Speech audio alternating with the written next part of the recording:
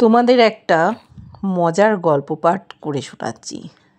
যদি গল্পটা ভালো লাগে অবশ্যই জানিও। কিন্তু সায়েন্টিস্ট বউ, শখ করে বিয়ে করেছিলাম ইন্টারের সায়েন্সে পড়ুয়া এক মেয়েকে। বিয়ের প্রথম রাত থেকেই তার সায়েন্টিস্ট কথা শুনতে শুনতে আধমরা হয়ে কোনো মতে বেঁচে আছি। বাসর ঘরে ঢুকতে না ঢুকতেই বউ বলে উঠল, বিপরীতধর্মী আধান একে অপরকে আকর্ষণ করে। মানে হলো আপনি আমার আর আমি আপনার প্রতি আকর্ষিত হয়েছি, যার ফলে আমাদের বিয়ে হয়েছে। কিছুক্ষণ পর বউ আবার বলল, এই যে শুনুন, আমাদের মেয়ে সন্তান হলে কিন্তু আপনি আমাকে বকতে পারবেন না। মেয়ে সন্তান অনেকের পছন্দ না, তাই আর মেয়ে হলে কিন্তু দোষটা আপনারই হবে। আমার দোষ হবে কেন? কারণ মেয়েদের হোমোগ্যামেটিক হলো XX আর ছেলেদের হোমোগ্যামেটিক হলো XY।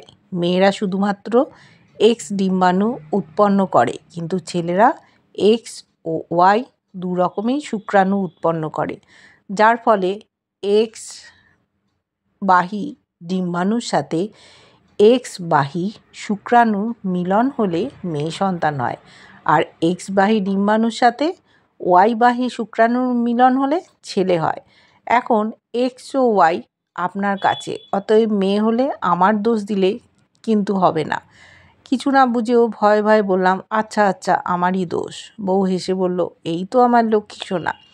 কাছে যেতে না যেতেই বউ আমাকে ধাক্কা দিয়ে খাট থেকে নিচে ফেলে দিল। রাগের ঠেলায় কিছু বলতে যাব, এমন সময় বউ বলল, আরে আরে রাগেন কেন? অভিকর্ষজ ত্বরণের প্রভাবে আপনি নিচে পড়ে গেলেন, এতে আমার দোষ কোথায়?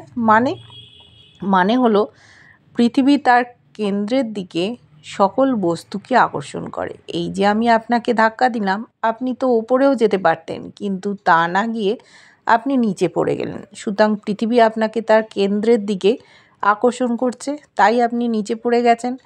আর ভূমিতে অভিকর্ষজ ত্বরণের মান 9.8 ms λ2, বুঝেছেন? তখনই ভাবছিলাম যে এই মেয়েকে বিয়ে করে আমার জীবন তেজপাতা।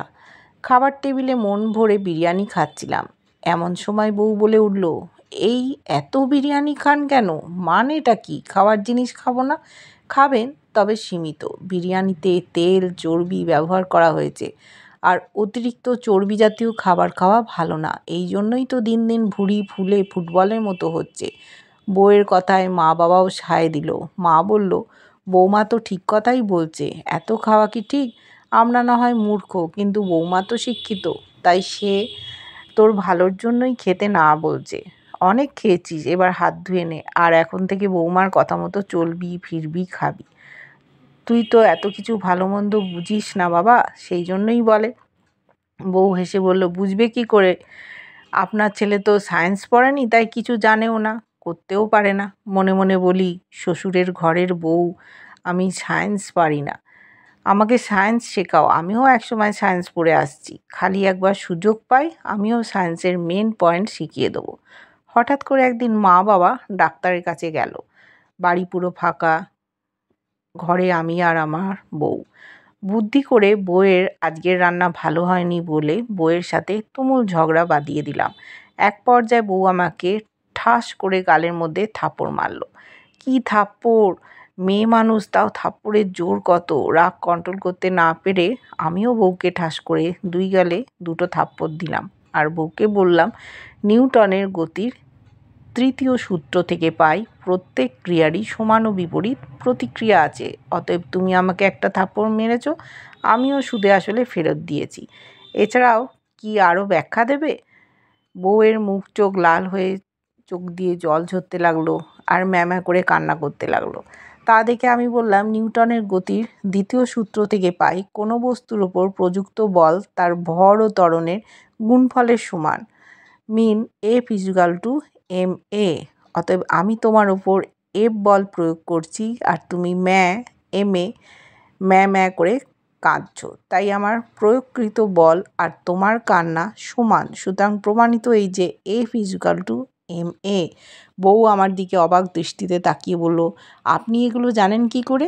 বউকে চোখ টিপে বললাম, তুমি সারা বছর পড়ে যা জানো আর আমি সারা বছর না পড়েও তাই জানি। তাই এখন থেকে আর আমার কাছে বা কাজে সায়েন্টিস্ট হওয়ার চেষ্টা করো না। বউ চোখের জল মুছতে মুছতে কাঁদো কাঁদো কণ্ঠে বলল, আচ্ছা, কিন্তু সারা বছর না পড়েও এগুলো জানলেন কেমন করে? বউকে কোলে নিয়ে ঘুরিয়ে চতুর্দিকে বললাম, এটাই সায়েন্স। ভালো লাগলে অবশ্যই তোমরা জানিও।